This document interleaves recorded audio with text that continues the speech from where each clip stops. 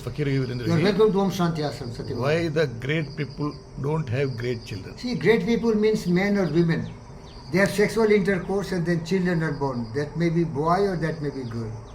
But the great man is so much busy in his own profession and occupation that he has very little time to train their children. So they spend a lot of money, they send them to some schools, some boarding, some other classes, and then they are in the company of evils and devils and fools. So that's why they become most of the time fools. Now it is clear to you? Yes. Because the children are not given the right circumstances, right opportunity, right environment to be trained by the best people. That's why they become the worst, because they are in the worst company. Now you see there are a lot of boarding schools. There are a lot of boarding schools because rich people, rich parents, they don't like to waste their life in the training and to nourishing the children, so they put to the nursing schools. What they've said? Boarding schools. Boarding schools. So they are taught, they are fed, they are done everything. But who are they taught? They are professionals. What they are? Servants. Servants. They are doing service. They are not the parents. Yes. So that is the one reason, but you can generalize it. The people who are training those children, they are ignorant themselves. They are buffaloes. Make gore bari idiots. That's why they become idiots. I tell you the story of a great man. He wanted to conquer the world, but he was busy with some other affairs, so give the responsibility to his wife, that you take the responsibility. And the wife was just like a bitch, a dog or worm, take the greatest child, supreme like Alexander and Napoleon. But it was a goat, so the lioness became worst goat, because the induction was from the goat to the lioness, and they become. I tell you a story of a hunter. A hunter was going to the forest, but there was a snake bite to the lioness, and it has some cubs, few cubs. So lioness died, and then the hunter thought the cubs will die. Without mother, how the cubs will survive? He was a hunter, so he has a great affinity for the nature. So he picked up few cubs and brought to his farmhouse. There he had a lot of dogs and a lot of other animals.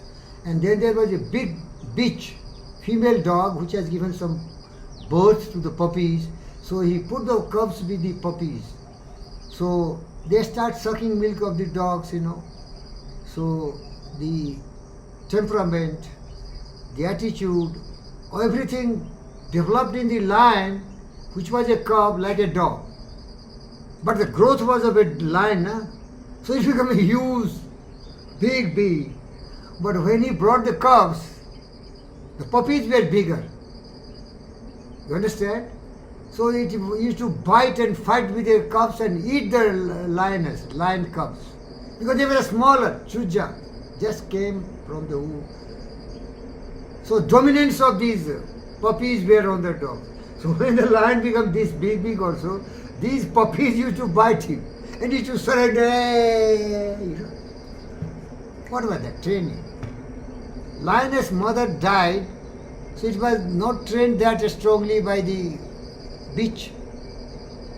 So the lions become puppies. But one day what happened?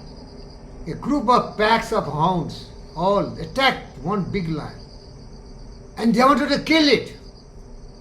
So out of the self-defense, it did this, all died. A lion is lion. You don't know its power. Every human being is a lion and lioness, but they don't know their power. It is sleeping in them.